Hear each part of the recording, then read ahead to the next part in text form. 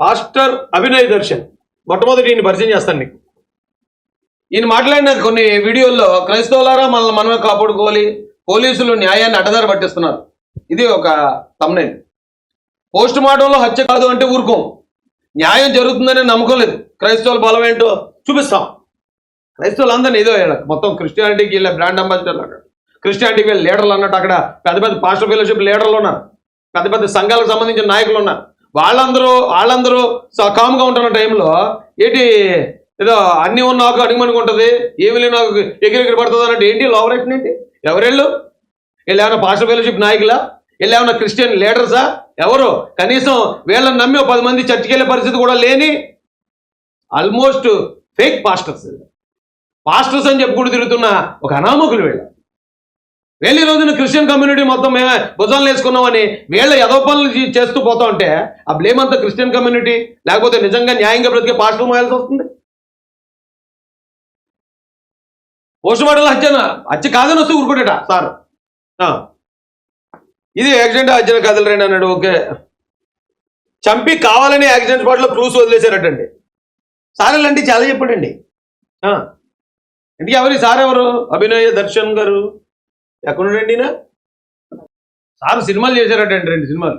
తప్పలేదు, అప్పుడు సినిమాలు చేశారు. ఆ తర్వాత ఆయన దేవుడిని తెలుసుకున్నాడు, దేవుడిని తెలుసుకున్న తర్వాత మారాడు అనుకోవచ్చు. తప్ప ఏమీ లేదు.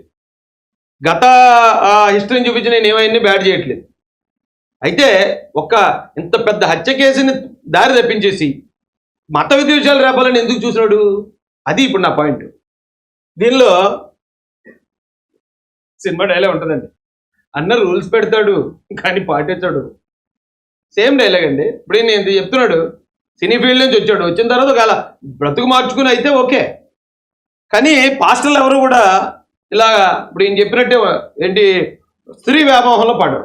ఎందుకంటే వాళ్ళు ఇహలోక సుఖాలన్నింటినీ కూడా తెదింతారు. ఆల్మోస్ట్ వాళ్ళు సెకండ్ లెవెల్కి వెళ్ళిపోతారండి. కానీ నేను చూశాను వీళ్ళ హిస్టరీ ఏంటి అసలు, వీళ్ళు ఎంత ఓవర్ యాక్షన్ చేస్తున్నారేంటి? అరే మ్యాటర్ వీక్గా ఉన్నప్పుడే పబ్లిసిటీ పీక్స్లో ఉంటుంది. వీళ్ళు ఎంత పబ్లిసిటీ చేసుకుంటారంటే వీళ్ళు ఏంటి మ్యాటర్ ఏంటని ఒకసారి నేను జస్ట్ ఎట్టగొట్టినట్టు వచ్చింది మొత్తం చరిత్ర అంతా. ఏమండి, నేను అంతా చూపించాను కానీ జస్ట్ కొంచెం చూపిస్తానండి. అభినయ్ దర్శన్ గారి భార్య గారట, నాకు యూట్యూబ్లో దొరికింది వీడియో. మేడం చెప్తున్నారు 2 పిల్లలు ఉన్నారట ఆవిడికి, ఇంకా విడాకులు ఇవ్వకుండా సార్ వేరే ఆవిడతో ఉన్నారట. మరి ఇప్పుడు ఒకవేళ పాస్టర్లు ఎవరు ఇలా ఉండరండి.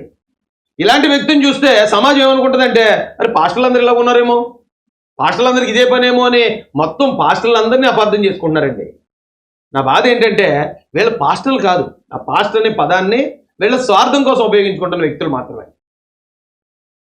ఇది యాక్చువల్గా ఇలాంటి వీడియో ప్లే చేయకూడదు. నాకేం వాళ్ళ పర్సనల్స్ గురించి మాట్లాడాలని కాదు, కానీ వీళ్ళ పాస్టర్స్ కాదు. పాస్టర్స్ అయితే ఇలా బిహేవ్ చేయరు అంటానికి ఆధారాలు చూపిస్తున్నాను మీకు. లైటింగ్స్ ఇవన్నీ కూడా ఆయన కొనిచ్చిందట ఆవిడ. మీకు కావాలంటే ఇది మీకు నెట్లో యూట్యూబ్లో కొడితే వచ్చేస్తుంది. అభినయ్ దర్శన్ గారి ఫస్ట్ వైఫ్ అని కొడితే వచ్చేస్తుంది. ఆవిడకి డైవర్స్ కూడా ఇవ్వలేదు. ఈ వీడియో అంతా చూడండి, దాదాపు 40 నిమిషాలు ఉంది, 43 నిమిషాలు. డైవర్స్ కూడా ఇవ్వకుండా 2 పిల్లలతో వదిలేసి మరి సారు ఇంకొక స్త్రీ వ్యామోహంలో ఎలా పడ్డాడు? ఆయనేమో బయట బోధిస్తాడు కానీ ఆయన ఆచరించడు. వీళ్ళు పాస్టర్స్ అండి. ఈరోజు మొత్తం ఇది హత్య అని నమ్మించేయడానికి, పాపులర్ అయిపోవడానికి చాలా గట్టిగా ట్రై చేస్తాడు ఇతను.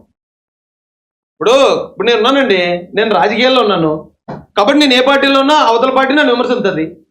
అవతల పార్టీ నాకు ఏమైనా అవినీతో లేకపోతే అక్రమ సంబంధం ఏమైనా అంటగడుతుంది. నేను రాజకీయ నాయకుడిని. పాస్టర్లకి ఏంటండి పరిస్థితి? ఆయన నిజంగా పాస్టర్ అయితే అలా చేస్తాడా? నేను చెప్పేది ఏంటంటే పాస్టర్స్ కాదు, కానీ పాస్టర్స్ అని పెట్టుకుని జనాల్ని క్రిస్టియన్ సమాజాన్ని మోసం చేస్తారు. ఎందుకంటే క్రిస్టియన్స్కి పాస్టర్ గారు అంటే ఒక సెంటిమెంట్, ఒక ఎమోషన్. అది పాస్టర్ గారు వచ్చారు, ఇంటికి వచ్చారంటే ఆ వేళ ఏంటి బెస్ట్ ఏది వండి పెట్టాలి, లేకపోతే ఆయన ఎంత బెస్ట్గా చూసుకోవాలి, ఎంత బాగా రిసీవ్ చేసుకోవాలి. ఎందుకంటే ఈయన మన కోసం మంచి మాటలు చెప్తాడు, దేవుడి కోసం మన సమస్యల కోసం దేవుడిని అడుగుతాడు అని అంత గొప్పగా చూసుకుంటాం పాస్టర్ గారు అనే వ్యక్తిని. కాబట్టి వీళ్ళందరూ కూడా మేము పాస్టర్లు అని చెప్పుకోవడం ద్వారా ఈ క్రిస్టియన్లు, అమాయకమైన క్రిస్టియన్స్ ఎవరైతే ఉన్నారో వాళ్ళ మోసం చేస్తున్నారండి. ఇలాంటి 4-5 వీళ్ళు ఒక తెలివైన స్ట్రాటజీ ఒకటి పాటించారండి. ఇప్పుడు నన్ను చాలా మంది అభిమానిస్తారు క్రిస్టియన్స్, ఎందుకంటే నేను వాళ్ళ దగ్గర ఎప్పుడు ఏది నా స్వార్థం కోసం ఏమి కోరుకోను, వాళ్ళకి ఏమైనా కష్టం వస్తే వెళ్తాం తప్ప. సో క్రిస్టియన్స్ నుంచి రాజేష్ని దూరం చేయాలి అంటే క్రిస్టియన్కి వ్యతిరేకమైన ఒక అమర ప్రసాద్తోనో కరుణాకర్ సుగ్నాతోనో రాజేష్ని కలిపి చూపిస్తే క్రిస్టియన్స్ అందరూ అరే రే రే రే రాజేష్ అన్న వాళ్ళతో కలిసిపోయాడా అనుకోవాలని ఒక గొప్ప ప్రయత్నం. ఎందుకంటే వీళ్ళు చేసే ఈ తప్పులు ఏవైతే ఉన్నాయో అని బయటపడుతున్నాను కదా, అందుకని నన్నే యాంటీ క్రిస్టియన్ చేసేది. నేను చంపుతాను బెదిరి నిన్ను చంపాల్సిన అవసరం నాకేంటయ్యా. ఇప్పుడు ఏంటంటే కొంతమంది వీళ్ళు నలుగురు ఏంటంటే ఇప్పుడు పాస్టర్ ప్రవీణ్ గారిని చేశారు, నెక్స్ట్ మమ్మల్ని ఆయన చెప్పేశారు, నెక్స్ట్ మమ్మల్ని చంపేస్తారు. అంటే ఆయనకి ఇప్పుడు అంతమంది జనం రావడం చూశారు, తర్వాత మేమే మేమే మేమే మేమే అంత ఫైట్ చేస్తుంది మేమే అంటం ద్వారా ఈ ప్రజలందరూ మాకు కూడా వచ్చేస్తారనే అపోహ.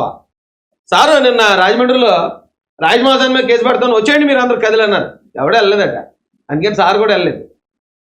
ఇప్పుడు అక్కడ జరిగింది పాస్టర్ ప్రవీణ్ గారు చంపబడ్డారు అనే మాట విని ఆయన అంటే ఎవరో తెలియని వాళ్ళు కూడా రోడ్లెక్కేశారు చంపబడ్డారు అన్నాక. అందుకని వీళ్ళు జనాల్ని రెచ్చగొట్టాలంటే చంపబడ్డారు అని చెప్పడం ద్వారా ఇంకా రెచ్చగొట్టొచ్చనే కేవలం ఆ సెంటిమెంట్ని ఉపయోగించుకుంటున్నారు. లేదు ఏళ్ళ జోలికి ఎవరు వెళ్తారండి, ఎల్లో మామూలు బయట తిరుగుతూ ఉంటారు. నా కారు మీద ఒకసారి మొత్తం 200 మంది దాడి చేశారు, నా ఇంటి మీద దాడి చేశారు, నా ఇంటి మీదకి వచ్చారు. కానీ నేనే ఎప్పుడు అక్కడే చెప్పలేదు నన్ను ఎవరు చంపేపోతున్నారు, నాకు థ్రెట్ ఉంది, నాకు ఎలాగుంది, 30 కేసులు రౌడీ షీట్, అయ్యి బాబు 22 రోజులు జైలు. అలా ఎలాంటి సెంటిమెంట్ని క్లెయిమ్ చేసుకోలేదు ఈరోజు. వీళ్ళు కావాలని నేనే నెక్స్ట్ అసలు ప్రవీణ్ గారిని ఎవరు చంపలేదురా మొర్ర అంటే ఆయన చంపేశారు, అది వచ్చే తర్వాత వచ్చి కూడా మాదే. ఇలా తప్పుతో పట్టిస్తున్నారండి. వీళ్ళ పట్ల చాలా చాలా జాగ్రత్తగా ఉండాలి, క్రైస్తవులు జాగ్రత్తగా ఉండాలి. ముఖ్యంగా నేను హిందువుల్ని ముస్లింలు కోరేది ఏంటంటే వీళ్ళని చూసి క్రైస్తవులందరూ ఇలా ఉన్నారని అపోహపడకండి దయచేసి. వీళ్ళు అన్ని మతాల్లోనూ దొంగలు లాంటి వాళ్ళే, అన్ని మతాల్లోనూ స్వార్థపరులు లాంటి వాళ్ళే వీళ్ళు తప్ప వీళ్ళకి క్రిస్టియానిటీకి ఏ సంబంధం లేదు. ఎందుకంటే క్రిస్టియానిటీ చెప్పిన ఏ విలువలు వీళ్ళు పాటించట్లేదు. తప్పుడు కేసు పెట్టమని దేవుడు చెప్పాడండి, బైబిల్ ఎక్కడైనా ఉందా? ఇప్పుడు నేను బెదిరించాను లేదా నా అంచర్లు ఎవరు బెదిరించరు, ఎవరు మా వాళ్ళు అసలు ఎవరిని బెదిరించరు.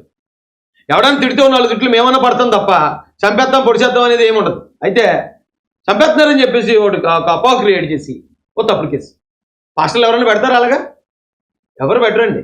కేవలం ఇలాంటి పాస్టర్లు అని చెప్పుకు తిరిగే కొద్దిమంది ముసుగు దొంగలు, ముసుగు వీరులు వీళ్ళు చేస్తారు అలాంటి పనులు. వీళ్ళు నా మీద ఒక 10 వీడియోలు 100 వీడియోలు పెట్టుకోమని నాకేం కొత్త నన్ను విమర్శించడం. కానీ వీళ్ళ పట్ల మాత్రం క్రైస్తవ సమాజం అప్రమత్తంగా ఉండండి. హిందువులు ముస్లింలు వీళ్ళని చూసి క్రిస్టియానిటీని అపార్థం చేసుకోకండి ప్లీజ్. ఇది నా పర్సనల్ రిక్వెస్ట్. సార్ అయిపోయిందండి, నెక్స్ట్ ఇంకో సార్ని పరిచయం చేస్తాను మీకు. ఈ సార్ కూడా పెద్ద సార్ అట, నాకు పరిచయం లేదు కానండి. ఈ సార్ మృత్యుంజయ గారటండి, నా బిషప్ గారట. బిషప్ జనరల్గా బిషప్ అంటే అర్థం మనకి డిక్షనరీ అర్థం పెద్ద, సంఘ పెద్ద, కుల పెద్ద సంథింగ్. కానీ ఈసారి బిషప్ అని పెట్టుకున్నారటండి, మరి ఎవరికి పెద్దో నాకు తెలీదు. ఈయనకి ఏమన్నా సంఘం ఉందా, చర్చ్ ఉందా, మరి ఏం చేస్తారో అది కూడా నాకు తెలీదు.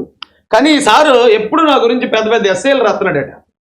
రాజేష్ మహాజన్ అలా చేశాడు, ఇలాంటి దుష్టుడు, దుర్మార్గుడు, క్రిస్టియన్ వ్యతిరేక, అది ఇది అని చాలా రాస్తుంటే నాకు అవన్నీ ఇప్పుడు పంపించారు. ఈయన నిన్న ఇక్కడ ఓ పాస్టర్ గారు అరెస్ట్ అయ్యారట తెలంగాణలో. పాస్టర్ గారులేండి, దొంగ పాస్టర్. ఓ దొంగ పాస్టర్ అరెస్ట్ అయితే ఈసారి రాసాడట, ఏం కంగారు పడకండి రాజేష్ క్రైస్తవ జనోద్ధారకుడు ఉన్నాడు, ఆయన వస్తాడని వ్యంగ్యంగా రాసాడట. ఈసారి క్రైస్తవ జనోద్ధారకుడు అని నేను ఎక్కడ చెప్పలేదండి. కాకపోతే మరి సిబిసిఎన్సి ప్రాపర్టీ కోసం కానీ ఏఎల్సి కోసం కానీ పాస్టర్ల మీద దాడి జరిగినప్పుడు కానీ నిలబడ్డాను నేను. తద్వారా నేను చాలా కోల్పోయాను, జైలుకి పోయాను, కేసులు పెట్టించుకున్నాను, కార్ల మీద దాడులు కూడా చేయించుకున్నాను. అప్పుడు ఈ సార్లు ఎక్కడ కనపడరు ఇలాంటి సార్లు. అయితే ఇప్పుడు ఈ సార్ ఏంటి అసలు సార్ గొడవ ఏంటి అని చెప్పి ఆలోచిస్తే ఈ సారు మొన్న పోస్ట్ మార్టం రూమ్లో ఉన్నాడు. పోస్ట్ మార్టం జరిగిన రూమ్లో పెద్దలతో పాటు ఈ పెద్ద సార్ కూడా ఉన్నాడట. మరి ఇప్పుడు దాకా ఈ పెద్ద సార్ బయటకు వచ్చి ఆ పోస్ట్ మార్టంలో ఇది హత్యను ఉంది, లేకపోతే మాకు అనుమానాలు ఉన్నాయి, ఆయన మీద కర్రల దెబ్బలు ఉన్నాయి, ఎస్పీ గారు ఐజీ గారు అలా ఎందుకు చెప్పట్లేదని ఈ సార్ ఎక్కడ మాట్లాడలేదు. చెప్తుంటే డైరెక్ట్ దేవదూతలే మాట్లాడుతున్నారా అనిపిస్తుంది నాకు. ఒకసారి కాలు మీద పడుకు దండం పెట్టేది అనిపిస్తుంది నాకు. ఒకసారి నాకు తెలియకుండానే ఇప్పుడు కాలు మీద పడిపోదాం అనుకున్నాను నేను. అయితే వీళ్ళు వెనకాతలు ఏమున్నాయనేది మనకు తెలియదు కదండి. ఏమాత్రం మీరు ఆందోళన చెందొద్దు, ఏమాత్రం గలిబిలు అవ్వద్దు, ఏమి లేదని చెప్తున్నాడంటే నిజంగా అది హత్య అయ్యి ఉంటే చెప్తున్నాడండి ఈయన ఇలాగా. పోస్ట్ మార్టం రూమ్లో ఉన్న పెద్ద మనిషి ఈయన, క్రిస్టియన్ కమ్యూనిటీ తరఫున. అంటే ఈయనకి తెలుసు అది హత్య కాదని వచ్చిందని తెలుసు, కనీసం బయటకు వచ్చి ఇది పరిస్థితి అని చెప్పగా వీళ్ళకి ధైర్యం ఉండదు.